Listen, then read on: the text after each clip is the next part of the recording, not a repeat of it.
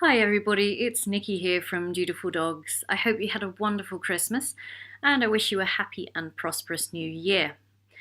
This is the last video of 2018, so I'm going to make it a short and sweet one, but it's important. In an earlier video, I talked about how all training really is forming new habits and keeping them, so that training your dog becomes an ongoing process that you don't even have to think about.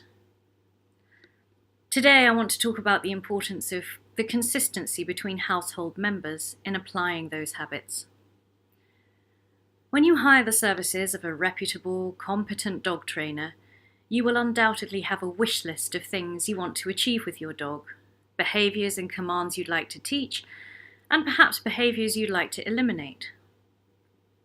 When I sit down with you, my new client, and we agree a programme of training for you and your dog, I make it clear that training is an ongoing process, a series of habits that, as I mentioned before, I teach you to form and stay in, so that you become your dog's trainer. I train you to do what I do. I even have a section on my website that I ask you to read and agree to before we get started, so that we're all on the same page before we begin. I make it very clear that if you don't work at forming those habits, your dog's behaviour will never change. I also make it clear that if there's a member of the household or family who cannot be bothered or does not wish to form the same habits as everyone else, the training is unlikely to be successful. A confused dog is a disobedient dog. If there's a member of the household who discounts or wishes to discredit what I teach, you're also wasting your time and your hard-earned money engaging me, because that individual clearly believes that they know more about dog behaviour, communication and training than a professional dog trainer does. And if that's the case, then perhaps it should be they who are training the dog, which is fine. It's very simple. If you cannot all be on the same page, you will not get the results you desire. Case in point, a former client's dog was recently bitten very badly several times because one family member, just one, refuses to adhere to the no on-leash meetings and no play rule when out with the dog.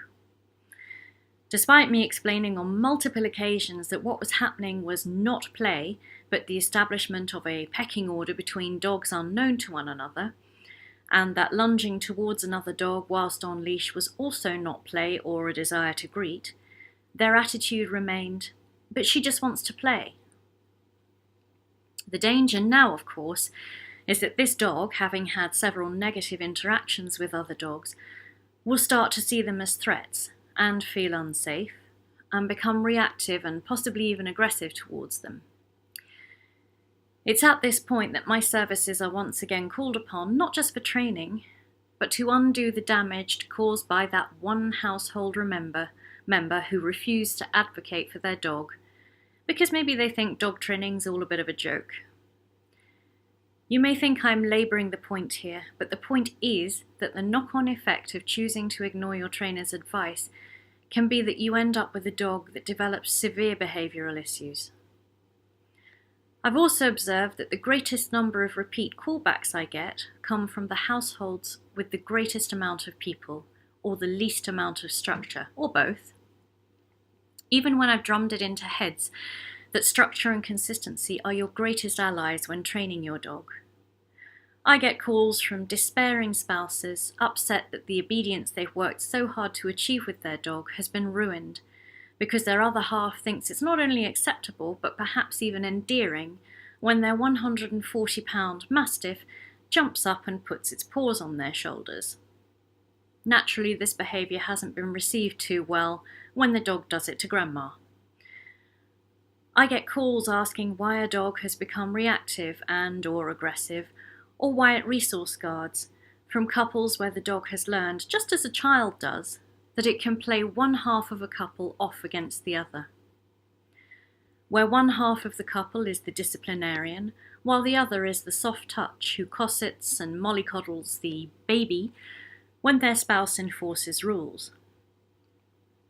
If my dog misbehaves and I give it a correction and send it to its place, and my other half immediately starts making kissy noises, calls the dog over and tells it, "Come here, Bubba, it's okay," in a silly baby voice, it's going to become very confused very quickly and start misbehaving as a result.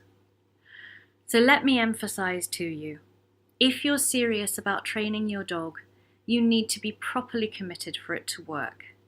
The entire household. Otherwise, you may as well just take a bundle of cash, set it alight, instead of hiring a trainer. Please, please remember to put your dog's needs ahead of your feelings and beliefs, and provide them with the structure, boundaries, and consistency that they need to feel safe and advocated for. Then you won't be calling me back in 3 months' time to fix behaviours that shouldn't have started in the first place. Have a great 2019, and thanks for watching, folks.